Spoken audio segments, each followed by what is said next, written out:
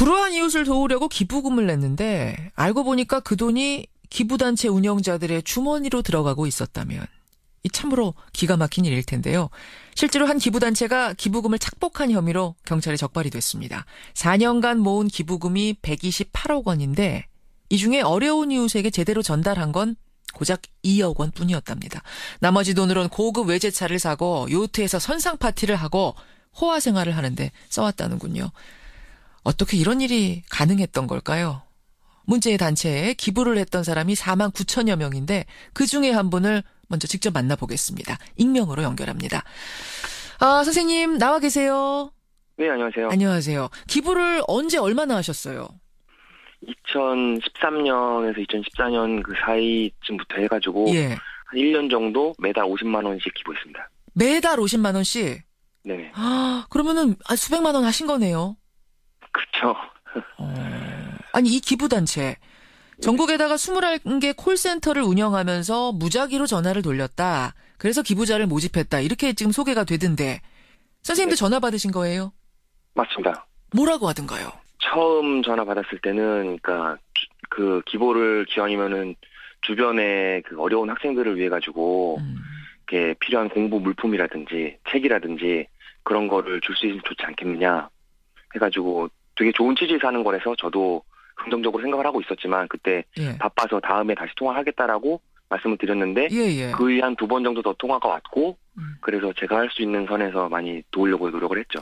아니 이 기부단체 이름이 새 희망 씨앗인데 이름을 딱 들어서 알 만큼 유명한 단체는 아니잖아요. 네. 근데 어떻게 선뜻 전화 받고선 기부해야겠다 이렇게 결정을 하셨어요? 그래가지고 그거를 검색을 했었어요. 인터넷에서 검색도 해보고 거기 사이트도 있고 그리고 그 예를 들면 연예인들도 거기 돕는 분들도 많이 있었고 그리고 이렇게 그 관련된 그동안 활동한 내용들이 있잖아요. 그래서 활동들을 열심히 하고 있긴 하구나라는 생각이 들었고 의심할 만한 그런 여지는 정말 단 하나도 없었어요. 그러니까 홈페이지에 들어가서 다 검색도 해보고 거기다가 또 그쪽에서도 그 의심이 되면은 직접 검증을 해보라고 하면서 나중에는 자기가 기부하고 있는 아이에 대한 정보라든지 그런 거 안에서 볼 수 있게끔 돼 있었어요. 내가 낸 돈이 어떤 아이에게 후원이 되는지까지도 다 보고를 할 테니 걱정 마십시오. 이렇게 안심을 시켰군요. 네, 맞습니다. 그래요. 아니 아까 한 1년간을 정기적으로 기부를 하셨다고 그러셨어요. 네. 그러다가 그럼 기부를 끊은 이유가 따로 있습니까? 이상하게 느꼈던 게 제가 다른 단체에도 조금씩은 기부를 하고 있는 다른 단체에서는 이렇게 후원의 밤 같은 거를 해도 약소하게 한다든지 하지 않는다든지 하는데 호텔의 어떤 식당 하나를 다 빌려가지고 그 호텔 뷔페 값도 엄청 나잖아요. 그렇죠. 거기에 뭐 이렇게 사은품 같은 거 줬나 그거 자세한 건 기억이 안 나는데 제 돈이 그런 데 쓰이는 것도 용납할 수 없었지만 제가 거기 가서 그걸 그 돈으로 먹는 것 자체도 좀 뭔가 찝찝한 그런 거 있잖아요. 왜 이렇게 기부금을 모아가지고 이렇게 호화스럽게 쓰지? 참 이상하다 이런 생각을 하셨단 말씀이군요. 또 하나는 뭐였냐면은 감사패가 왔어요. 왜 이거를 아이들 돕는데 쓰지 않고 감사패를 만들었지라는 생각이 들었어요. 이상하다기보다는 내 돈을 이렇게 쓰면 안 되는데라는 생각이 들어서 그렇죠. 이쪽하고 정리를 하신 거군요. 네. 지금 드러난 걸 보니까 128억 원 중에 실제 어려운 이웃에게 전달된 건 고작 2억 원. 나머지는 그 단체 간부들이 호화 생활하는데 다 썼대요. 네. 이 소식을 처음 듣고는 어떠셨어요? 호화 뭐 요트 여행이라든지 뭐 외제차라든지 뭐 골프 여행이라든지 이런 썼다고 하잖아요. 그러니까요. 이게 뭐 저보다 더 필요한 사람을 위해 저는 나름 기부를 한 건데 저보다 훨씬 풍족한 그런 생활을 하면서 이거를 뭔가 자신의 뭔가 즐거움을 위해 썼다라는 것이 좀 많이 답답하고 이거를 기부한 사람들은 바보가 되는 느낌일 거예요. 그러니까 차라리 안 했으면은 모르겠는데 이거는 속은 거잖아요. 속은 거죠. 근데 속을 만한 뭔가 단서가 있는 것도 아니고 전혀 없었고 심지어는 거기 정부 관련 그런 단체들도 많이 이렇게 연루가 돼 있고 또 시장님과 함께한 거기 기부 단체 그 사진도 있어요? 네, 사진까지 있을 정도니까 그거를 제가 봤을 때는 어떤 사람도 그 내부자라든지 또는 정부 단체에서 감사를 뜨지 않는 이상은 알아챌 수 없는 상황이었단 말이에요. 유명인들하고 찍은 사진 같은 게 홈페이지에 쭉 있고 유명인들이 기부한 뭐 내용도 그래서 그분들도 다 속은 거네요. 그쵸. 제가 봤을 때는 그럴 거라고 생각을 해요. 그렇게 하니까 또 다른 사람들이 후원을 하고 그걸 또 바탕으로 해갖고 더 많은 사람을 모으고 이런 식으로 악순환. 그쵸. 참 나쁜 사람들이죠. 그 사람들이 뭐라고 변명할지가 궁금해요. 뭐 예를 들면 내가 불우이시다 이런 얘기를 할 수도 있겠죠. 뭐 유튜브 생활하면서 이런 말도 안 되는 얘기를 할 수 있는데 아이고. 참 너무 나쁜 사람들 같아요. 이렇게 오히려 기부하려고 마음먹었던 많은 사람들 중에서 꽤 많은 사람들은 예. 이 일로 인해 가지고 기부를 앞으로 하지 말아야겠다라고 마음 먹으신 분들도 꽤 되시라고. 그게 제일 걱정입니다. 예, 이렇게 해서 기부 문화, 그나마 불씨가 남아있는 기부 문화가 식어버리는 게 아닐까. 저는 그 부분도 참 걱정인데, 네. 사업하신다 그러셨죠? 네네. 예, 사업하면서 이렇게 기부하는 분도 계시지만, 그런 분 말고 한 5,000원 소액 기부하시는 분들 계세요. 굉장히 맞아요. 자신의 살림이 어려운데, 네. 거기서 쪼개서 하는 할머니, 할아버지 이런 분들 지금 네. 성함도 많더라고요. 심지어는 고등학생까지 있었어요. 용돈 네. 쪼개서 하는. 네, 뉴스를 읽다 보니까 답답해가지고 뉴스 다 읽어보고 그랬거든요. 예. 참 세상이 요지경이죠. 나쁜 사람들입니다. 예. 네. 여기까지 말씀 듣겠습니다. 고맙습니다. 네, 고맙습니다. 이번에 경찰에 적발된 기부단체에 기부금을 한 달에 50만 원씩 한 1년간 하셨던 분이세요. 익명으로 연결을 했습니다. 어떻게 이런 일이 가능했을까요? 전문가를 만나보죠.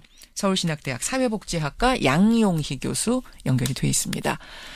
양 교수님 나와 계세요. 네, 안녕하세요. 4년 동안 128억 원을 모았다. 그러면 이게 지금 예. 기부금 규모로 봤을 때는 어떻게 되는 어느 정도나 되는 거예요? 한 4년 동안 128억이면은 최소한 연 한 30억 정도 이상씩 모금을 한 것 같아요. 1년에, 예. 네네. 그러면 그 정도면 우리나라 이런 그 기부단체 중에서 굉장히 그 사이즈가 있는 중견 기부기관이다 이렇게 볼 수가 있습니다. 한 탑 12, 20위 안에 드는 정도예요? 그 정도는 아니고요. 예. 네, 우리나라 아마 탑 12, 22 정도 되면 연 한 100억 이상 되는 데고요. 아하. 여기 이제 그 정도는 아니지만 우리나라 개인 기부 단체에서 굉장히 높은 기부금을 모집하는 단체는 분명합니다. 그러니까 굉장히 조그마하고 소규모 단체 이런 건 아니란 말씀이에요. 중견 그렇죠. 단체 정도가 된다. 굉장히 연 30억 이상 굉장히 많이 모금을 한 단체죠. 지금 청취자 문자 막 들어옵니다. 9028님. 저도 최근에 전화를 받은 적이 있었는데 마침 컴퓨터 앞에 앉아서 검색해보니까 누가 하지 말라 그러길래 그거 보고 멈췄다. 9510님도 그 단체에서 얼마 전에 전화 받았는데 받았었다라고 회고하시면서 아찔하다 하시네요. 심윤송님도 작년 이후에 이런 전화를 엄청 많이 받아서 고민하고 있었다. 이런 문자가 지금 들어옵니다. 4년 네네. 동안 4만 9천 명이 여기에 기부를 했습니다. 128억 원. 근데 네네. 교수님 저는 이해가 안 가는 게 네네. 이게 불법이 아니에요. 정부 당국에다가 신고를 하고 관리 감독도 다 받아왔던 거 아닌가요? 저도 사실 며칠 전에 이제 뉴스를 보고서 예. 어떻게 이런 일이 발생될 수 있을까 생각을 했었어요. 그래서 이제 기부금을 내게 되면 이제 기부금 영수증을 끊어주거든요. 끊어주죠. 네, 그래서 연말에 이제 기부한 사람들의 이제 세액 공제를 해줍니다. 예. 근데 그렇게 되려고 그러면 이게 그 기부단체가 등록된 소관부처에서 예. 기획재정부에다가 지정 기부금 단체로 등록을 해야 돼요. 예. 보니까 이 단체는 그 등록까지 다 했더라고요. 다 등록이 돼 있는 거예요. 그러니까 아까 피해자분도 다 확인해 보셨다는 거예요. 그런 사람들을. 예. 어디서 관리 감독하게 돼 있습니까?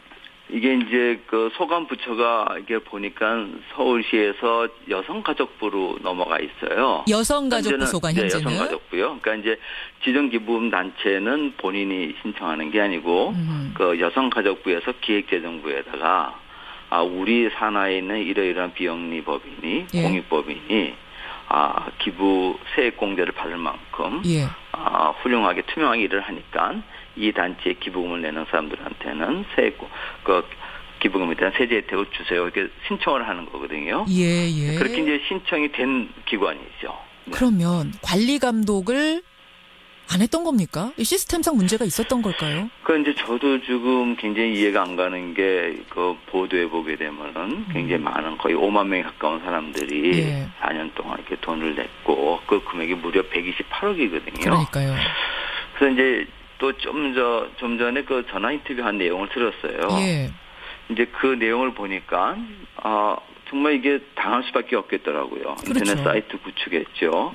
거기에 뭐 연예인 및 그다음에 유명한 지자체 인사분들, 그다음에 사용한 내용들 이런 거 다 해놨기 때문에 이거는 뭐 사실 거의 그냥 일반 그 기부자 입장에서는 알기가 힘들 정도로. 그러니까 그걸 관리, 감독, 감시해야 되는 기관이 있다는 거 아닙니까? 정부 당국이. 거기서는 뭘 했냐는 그렇죠. 거죠. 그러니까 이제 이 정도 기간이 되면은 그 소관 부처에다가 반드시 연말 사업 보고서를 내고 또 내년도 사업 계획서를 내도록 되어 있습니다. 그다음에 또 이 정도 기부를 하게 되면은 국세청에 지정 그 공익법인에 대한 공시를 하게끔 돼 있어요. 연 3억 원 이상의 수입이라든지 5억 원 이상의 자산을 가진 공익법인은 분명히 국세청 사이트에 올라갔을 거거든요. 그러니까요. 근데 그 국세청 사이트에 공개한 자료 자체가 거짓이라는 얘기죠. 아, 그러면 정부도 속았다는 겁니까?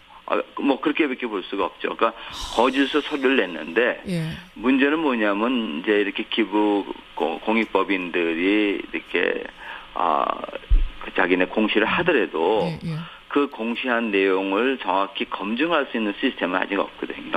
계획서도 가짜 계획서, 그다음에 지원받았다는 뭔가 사용 내역서도 잘못된 거였는데 그냥 그걸 서류상으로만 받고 넘어갔다는 얘기로밖에 안 되네요. 지금. 그러니까 이 정도 했다 할 것 같으면은 그 이 정도 규모면 사실 그 소관부처의 관계자가 좀 면밀하게 또 이 단체를 보게 되면 이렇게 불과 4년 된 단체잖아요.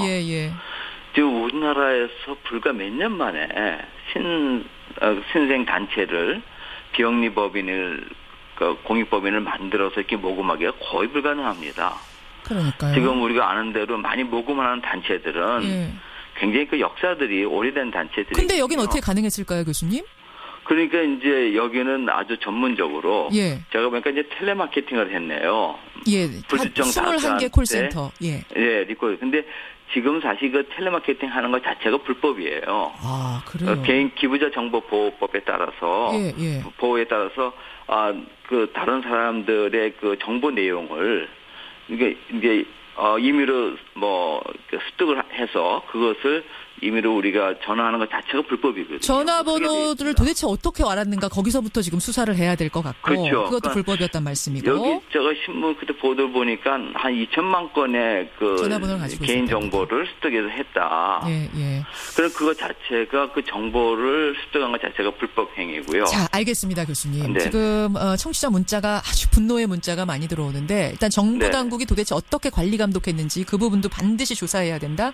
이런 문자 많이 들어오고요. 또 한 가지는 이러다가 기부 문화가 위축될까 걱정이다 하시면서 우리가 좀 좋은 선한 마음으로 기부할 때 좋은 선한 단체 해야 되지 않겠습니까? 주의할 점 어떻게 가려야 되는지 좀 짧게 알려주세요. 그 앞서 말한 그 기부자 내용을 보니까 정말 일반 사람들이 알기 힘들게 그렇게 교모하게 했는데요.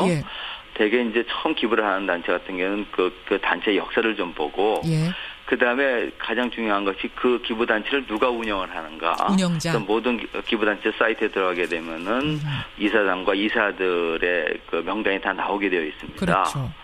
되게 이분들이 믿을 수 있는 사회적으로는 공신력 분들인가. 그 다음에 이제 주변 분들에게 그 기부단체도 잘 알아보고 물어보는 것이 저는 필요하다고 봅니다. 청취자 1139님, 저는 뭐 다른 단체지만 30만 원 이상 매달 기부하고 있는데요. 불안합니다. 이번 기회에 전수조사 한번 있었으면 좋겠습니다. 이런 문자까지 들어오고 있다는 거 전해드리면서요. 선한 단체가 많습니다. 이 사건 때문에 기부 문화 자체가 위축되지 않도록 이번 기회에 옥석을 가리고 갔으면 좋겠습니다. 고맙습니다, 교수님. 네, 감사합니다. 서울신학대학교 양용희 교수까지 만났습니다.